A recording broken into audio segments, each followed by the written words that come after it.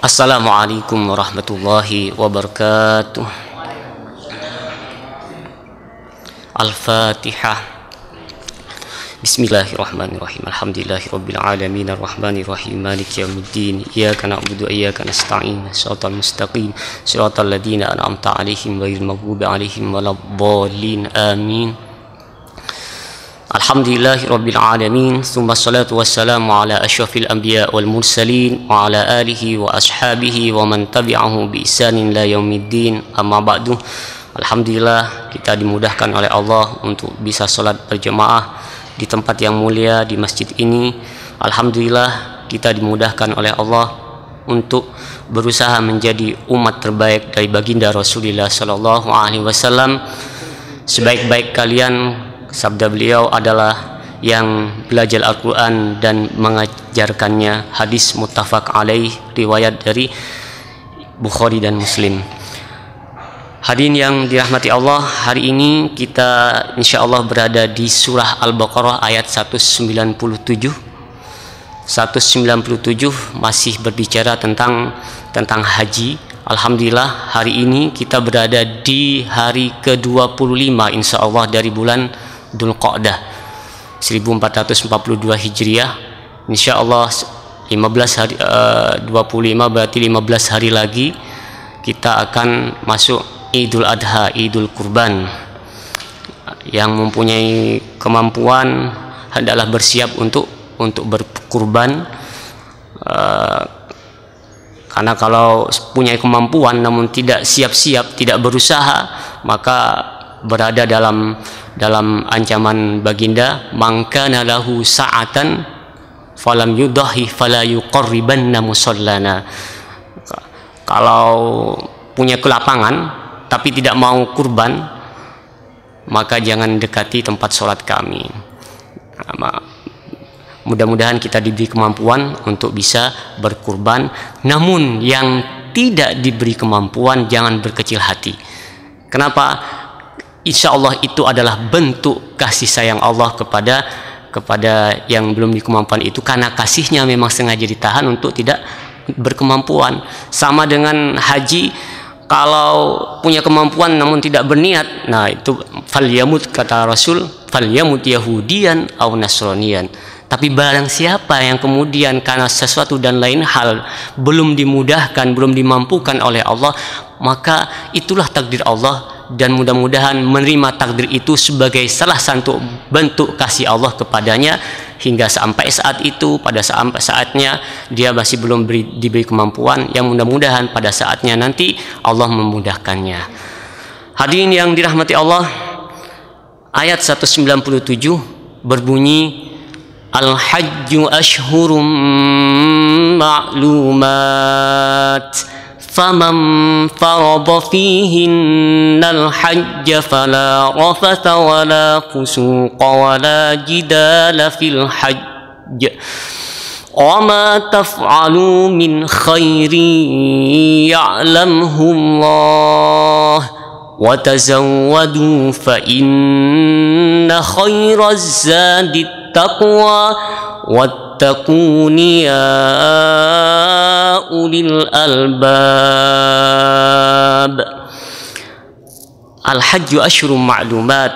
Haji itu adalah merupakan bulan-bulan yang telah ditentukan. Apa bulan haji itu? Syawal, Dzulqa'dah, Dzulhijjah. Sekarang kita berada di bulan haji.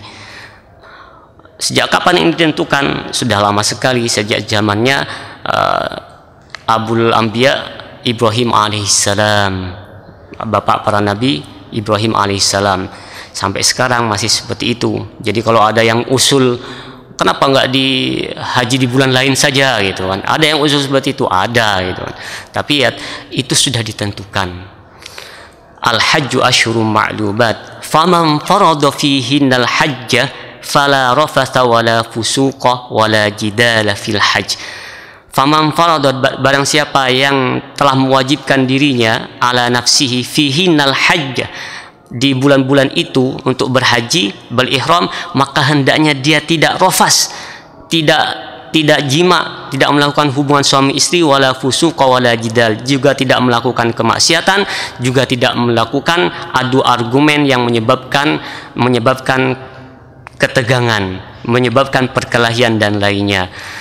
Hadirin yang dirahmati Allah, di ayat ini ada larangan-larangan haji yang tidak boleh dilakukan. Jadi ada larangan yang tidak boleh dilakukan, ada yang larangan yang berbentuk badaniyah, ada yang berbentuk pekerjaan. Yang disebutkan di sini adalah yang tidak boleh dilakukan, bukan berbentuk sesuatu yang kita pakai, tidak, atau berdampak pada diri sendiri.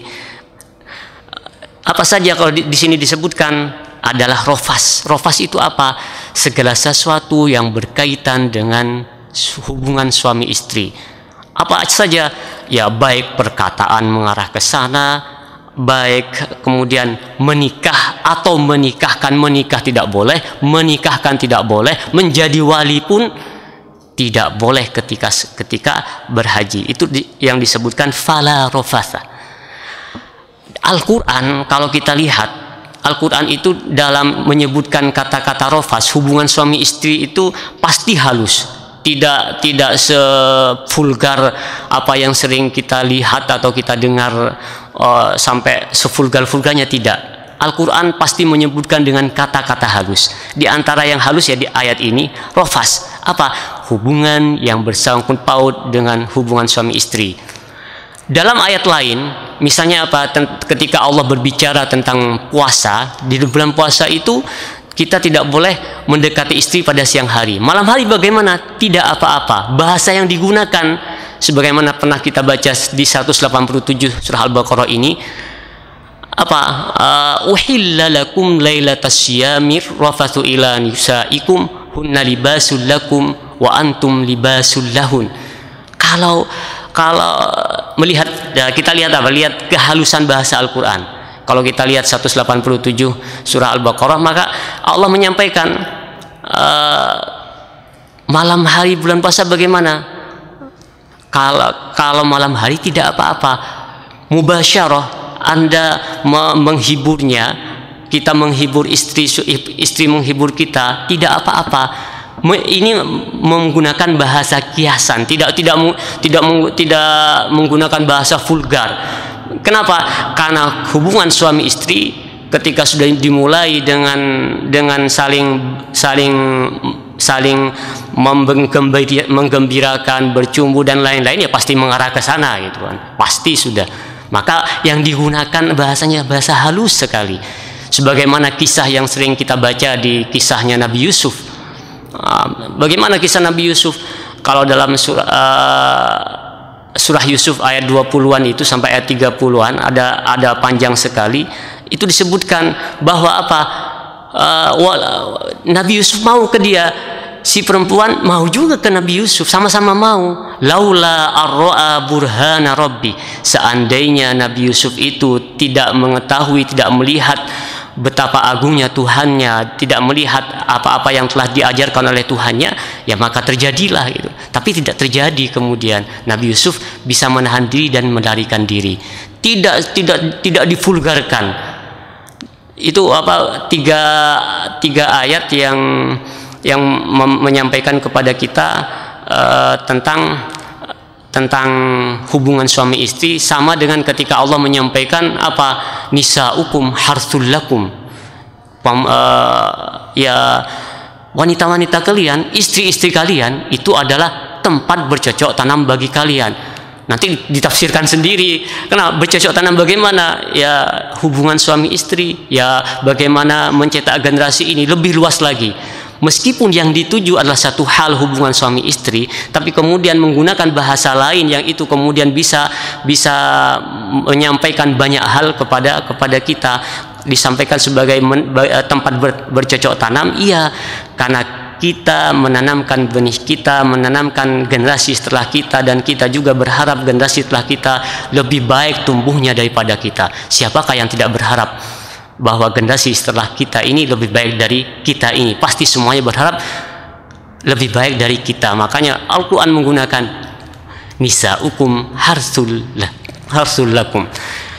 Pertama yang dilarang ini rofas. segala hal yang berhubungan dengan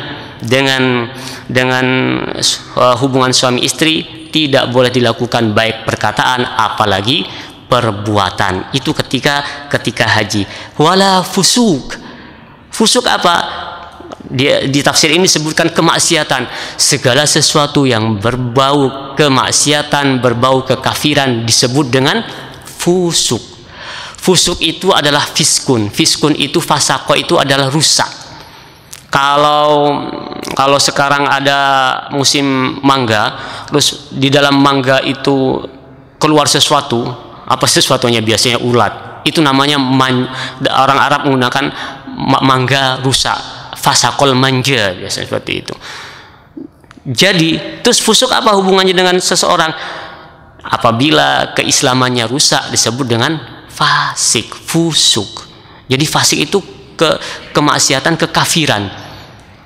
Kok bisa dikatakan fusuk? Ya jelas, ayat dalam surah ke-9 itu surah At-Taubah, tepatnya di ayat 67 itu Allah menyampaikan in al munafiquna wal munafiqatu ba'duhum awliya'u ba'd ya'muruna bil munkar wa yanhauna 'anil ma'ruf yaqbiduna aydiyahum nasullaha fanasiyahum innal munafiqina humul fasikun. Jadi kalau ayat 67 tadi berbicara, menyampaikan kepada kita apa? Munafik itu saling berlindung satu sama lain. Ba'duhum awliya'u ba'd. Mereka teman sesama munafiknya. Bagaimana ciri-cirinya? Mereka kikir. Disuruh infak gak mau infak, suruh nolong gak mau nolong. Pada saat pandemi ini dibutuhkan saling asih, saling tolong. Mereka juga tetap yaqbiduna aydiyahum, memegang teguh tangannya. Nasullaha fanasiyahum, mereka lupa kepada Allah, maka Allah pun lupa mereka. Ulaika humul fasikun. Munafik itu fasik. Di ayat ini disebutkan munafik itu fasik. Di ayat selanjutnya di 68 di surah ini, surah At-Taubah atau surah ke-9 ini, Allah menyampaikan wa'adallahul munafiqina wal munafiqati wal kuffara nar jahannam. Jadi fasik itu yang ada di situ, ada munafik, ada kafir, nar jahannam. Ya apa? Setiap kerusakan kalau tidak diperbaiki berbahaya, maka segera diperbaiki. Kalau kita melihat apa saja kerusakan itu, ada banyak, ada 10 hal sebenarnya, tapi intinya adalah bahwa semuanya bisa dimaafkan kalau bertobat. Ada kesempatan untuk bertobat, bisa, kecuali satu, apa? Syirik. Syirik itu tidak dimaafkan sama sekali oleh Allah. Innallaha la yaghfiru ayyushraka bihi. Itu yang kedua. Jadi tidak boleh berbuat fasik, berbuat kerusakan. Kerusakan macam-macam, bisa dari tingkah laku, menghina, mengejek, merasa benar sendiri. Itu tidak disebut merasa benar sendiri. Apa disebut kerusakan? Iya, kerusakan. Dan itu bagian dari takabur. Bukankah Rasul sudah menyampaikan yang diriwayatkan oleh Ibnu Mas'ud? Apa kata Rasul? La yadkhulul jannata man kana fi qablihi mithqala darratin min kibrin. Tidak masuk surga siapa-siapa yang di hatinya ada sedikit saja dari ketakaburan. Qalu ya Rasulullah, wahai Rasul, inna ahadana yuhibbu ayyakuna na'lahu jamilan wa thiyabahu jamilan. Qala al-kibru batul haqqi wa ghamtun nas. Ya Rasul, kami suka kalau baju kami bagus, kalau terompas sandal kami bagus. Apa kata Rasul? Innallahal jamil yuhibbul jamal. Allah itu indah dan menyukai keindahan. Jadi kalau pakai baju bagus ke masjid, jangan disebutkan dengan bentuk riya atau takabur, tidak. Tapi itu perintah Allah itu. Dan Allah indah, suka keindahan. Yang disebut takabur apa? Batrul haqqi wa ghamtun nas. Yang disebut dengan ketakaburan itu adalah menolak kebenaran dan merasa super di komunitasnya, di manusia. Jadi takabur termasuk bentuk daripada kerusakan, dan itu adalah tempatnya adalah neraka. Itu yang kedua. Yang ketiga, di sini tidak boleh adu argumen yang benar sendiri sampai pada hisom. Bagaimana kemudian kalau kita berdiskusi? Beda berdiskusi, dan diskusi pun harus dengan cara yang baik. Ketika di haji, ini kok belajar haji? Iya, karena haji itu harus ada ilmu dulu.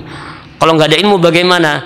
Nanti hal-hal yang dilarang tidak ketahuan, murah-murah sudah terlakukan.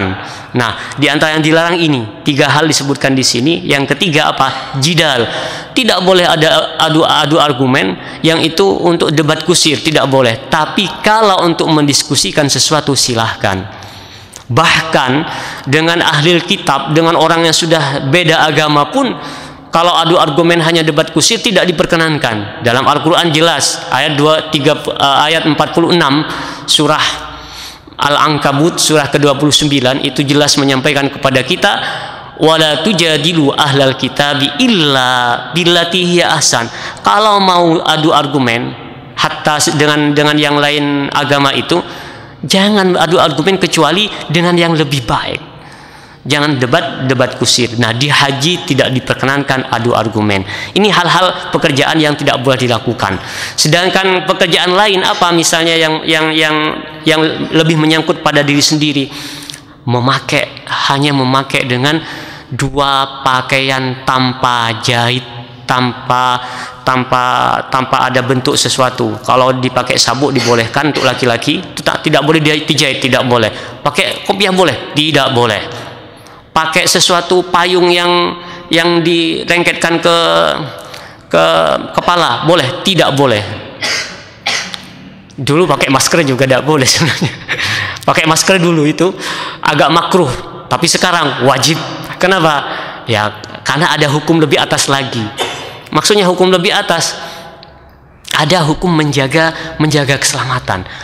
Ketika menjaga keselamatan itu adalah sesuatu yang lebih dari semuanya, maka hukum yang di atasnya itu harus kita lakukan. Yang berikutnya kemudian ya ditaruh yang berikutnya. Nah, dulu haji itu pakai sesuatu yang menutup itu untuk laki-laki sempat dimakruhkan.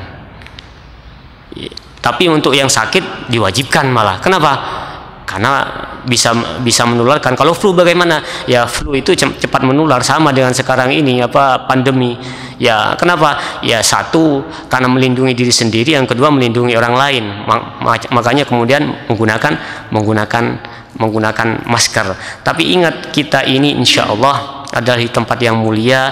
Orang-orang yang dimuliakan oleh Allah diberi kesempatan untuk mudah melaksanakan sholat subuh, dan sholat subuh itu adalah indikasi seorang mukmin. Kok begitu?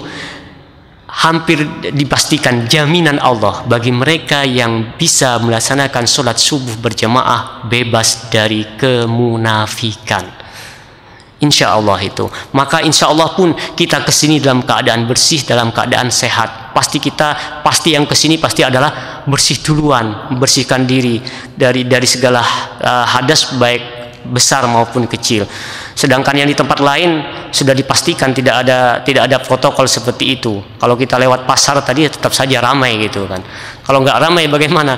Ya bagaimana tidak akan ramai? Kehidupannya ya di sana gitu kan. Tapi itu ya banyak hal, tapi yang di situ tidak menjamin kebersihan. Kita insya Allah sudah ada kebersihan hati, ada kebersihan jasmani yang kita tampakkan, insya Allah.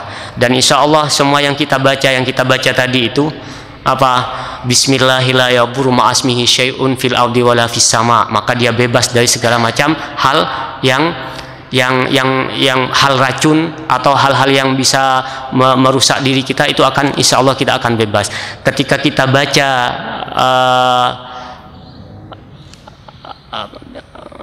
a'udzu bikalimatillahi tammati kulliha min syarri ma khalaq, itu kita akan terbebas dari penyakit yang bisa menyebabkan kematian mendadak seperti jantung, seperti sihir. Itu kita bebas dari itu jaminan dari baginda Rasulullah Shallallahu Alaihi Wasallam yang telah disampaikan kepada kita. Meskipun begitu pun kita insya Allah akan ikut prokes yang ada. Hadirin yang dirahmati Allah, 3 hal tadi ditambah dengan kalau haji yang laki-laki hanya memakai dengan 2 helai pakaian tanpa jahitan. Menunjukkan apa? Menunjukkan hidup dalam mati. Kok hidup dalam mati? Iya, hidup tapi tidak boleh apa-apa. Kok tidak boleh apa-apa? Pakai wewangian saja itu tidak boleh. Boleh kalau sebelum ihram. Maksudnya apa? Baru dipakai, pakai ihram yang 2 helai, kemudian kita semprotkan wewangian. Belum niat. Kalau belum niat tidak apa-apa. Tapi kalau sudah niat tidak boleh. Kalau pakai wewangian termasuk pelanggaran. Juga tidak boleh memotong kuku, tidak boleh merontokkan dengan sengaja bulu-bulu dan rambut kita, tidak boleh. Apalagi jelas-jelas mencukur.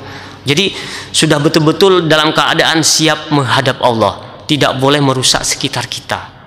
Itulah yang dilambangkan dengan haji. Itulah pelambangan nanti ketika padang mahsyar. Kita di padang mahsyar tidak seperti itu, malah lebih dahsyat lagi, tidak memakai apa-apa. Ketika haji hanya memakai 2 helai pakaian mengingatkan pada kematian.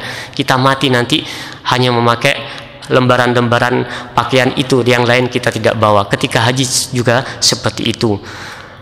Menanggalkan semuanya, iya, semuanya kita tanggalkan ketika haji. Jabatan, merasa lebih apa, itu tidak ada, semuanya sama. Di padang mahsyar pun, di padang mahsyar kita pun akan sama di kedudukan Allah. Nah, ketika semangat haji itu seharusnya juga ada di kita sekarang ini. Kok begitu? Iya, pandemi ini butuh semangat haji. Haji itu apa sih? Haji itu bahasa Arab lainnya al-qasdu. Al-qasdu itu menuju, tujuan. Berarti apa? Orang yang berhaji, dia tujuannya sudah Allah. Sudah Allah saja, sudah satu. Sudah tidak begitu kelihatan kiri kanan, tidak begitu dia hiraukan, kecuali karena hanya Allah. Jadi melihat kiri kanan, tanggung jawab apapun itu sudah karena Allah. Kita kesini, kita ngaji. Kenapa? Karena Allah sudah. Kita melakukan apapun itu karena Allah. Itulah semangat haji, al-qasdu. Makanya kemudian kita sholat juga menghadap kiblat, melambangkan apa ya? Karena milik Allah, lillahi ta'ala, inna sholati wa nusuki wa mahyaya wa mamati lillahi rabbil alamin. Itu semangat haji. Bahwa sesungguhnya sholatku, hidupku, ibadahku, semua yang aku kerjakan adalah karena Allah semata. Itu semangat haji. Jika itu kemudian yang kita gunakan sekarang, bahwa semua yang kita kerjakan masa insya Allah ringan semua.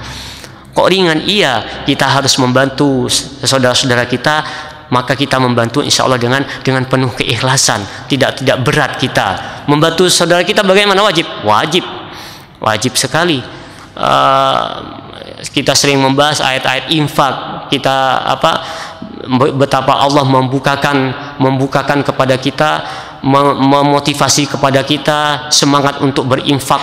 Di ayat lain Allah menjamin apa? Ketika Allah menyampaikan wa ma anfaqtum min syai'in fahuwa yukhlifuh wa huwa khairur razikin. Apapun sedikit atau banyak yang kalian infakkan, maka fahuwa yukhlifuh, maka Allah itu pasti mengganti. Allah yang akan mengganti. Menggunakan fi'il mudhari ini menunjukkan apa? Menunjukkan bahwa akan terus menerus. Tersebut ini di surah, ketika kita baca surah apa? Surah Saba ayat 39, wa ma anfaqtum min syai'in fahuwa yukhlifu wa huwa khairur razikin.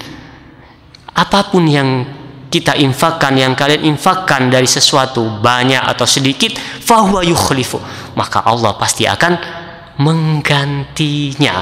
Wa huwa khairur raziqin, dan dia sebaik-baik pemberi rizki. Maka sampai kata Rasul, kalau mau terbebas dari bala, banyak sedekahlah, karena dia tadfaul bala. Hadirin yang dirahmati Allah, ayat ini kemudian, ayat yang kita pelajari ini ditutup dengan kata-kata Allah supaya apa? Dengan watazawwadu fa inna khairaz zadit taqwa. Setelah Allah menyampaikan wa ma taf'alu min khairi ya'lamhullah, apapun yang kita lakukan, yang kita sedekahkan, itu pasti Allah tahu. Dan ada perintah di sini. Apa perintahnya? Ketika berhaji itu tidak boleh haji datang dengan badan saja, tapi harus disiapkan. Jangan sampai mengganggu kehusuan orang lain dengan meminta-minta. Meskipun di sana, mudah-mudahan Allah menyempatkan kita berangkat lagi ke sana, dan yang belum berangkat, mudah-mudahan Allah sempatkan untuk berangkat ke sana. Itu di sana memang banyak peminta-minta itu kan. Yang ada yang bahasa-bahasa haji itu banyak sekali memang. Nah, itu sebenarnya dibolehkan. Di ayat ini tidak dibolehkan. Kalau mau berangkat ke sana harus dalam keadaan sudah mempunyai bekal. Bekal harus berbekal yang bagus. Ayat ini menyinggung siapa? Menyinggung mereka yang berangkat ke sana tanpa bekal dan meminta belas kasihan orang-orang. Ayat ini menyinggung itu. Loh, Anda bagaimana? Iya, saya pernah haji 4 kali, tapi memang petugas. Tapi ada yang diandalkan gitu kan. Namanya bertugas, bisa di bawah PT, bisa di bawah pemerintahan gitu kan. Jadi sudah ada yang menangani. Tapi banyak saudara-saudara kita, terutama di luar negeri sana, yang dekat-dekat dengan sana, biasanya negara-negara miskin, itu memaksakan diri berangkat, dan ketika di sana menjadi beban saudara-saudaranya. Ayat ini menyinggung itu, jangan sampai menjadi beban saudaranya. Maka perintah ayat ini, watazawwadu, hendaklah bersiap-siap, ma yuballighukum bis-safar. Meskipun kemudian ayat ini ditutup, fa inna khairaz zadi taqwa, sebaik-baik bekal itu adalah ketakwaan. Takwa kemudian tentunya diartikan dengan segala sesuatu yang baik, segala sesuatu yang tidak serampangan, disiapkan dengan sebaik-baiknya. Jadi kalau kita membahas takwa itu apa sih itu kan? Jangan hanya diartikan dengan menjalankan perintah, menjauhi larangan. Iya, itu bagian dari takwa. Itu bagian dari takwa. Takwa bisa berarti adalah kreatif, inovatif. Kok bisa kreatif, inovatif? Iya. Coba kita buka surah ketiga surah Ali Imran ayat 186. Ayat 186 itu ayatnya panjang, tapi kemudian Allah menutup ayat 186 surah Al Imran. Surah Al Imran 186 ditutup dengan apa? Setelah Allah menyampaikan la tublawunna fi amwalikum wa anfusikum wa la tasma'unna minal ladina utul kitaba min qablikum wa minal ladina asyraku adan katsira. Ada ujian, ada cemoohan. Kemudian Allah menutup ayat itu, wa in tasbiru, jika Anda bersabar, wa tattaqu fa inna dzalika min azmil umur. Maka sabar, kreatif, inovatif itu adalah sesuatu yang harus kita kedepankan, kita lakukan. Kalau tidak punya masalah kemudian tidak bisa menyelesaikan, namun kemudian diam saja, itu bukan bentuk tindak ketakwaan.